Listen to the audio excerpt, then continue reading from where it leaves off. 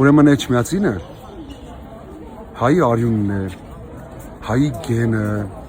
հայի ազգանունը, հայի էությունը, ինքնությունը եւ այս ամենով նորոգ պատարակից եւ հայրապետական մաղթանքից հետո այս սրբավայրից ուզում եմ կրկին շնորհավորել ամենքիս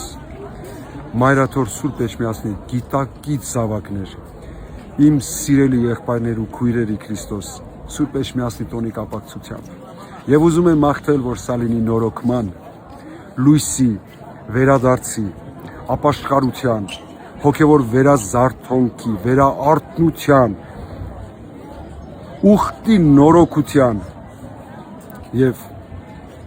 հավատարմության առիթ, շնորհավոր տոնդ Սուրբ Էջմիածին ու թող Աստված հաստատ պահի մեր մայր Աթոռը։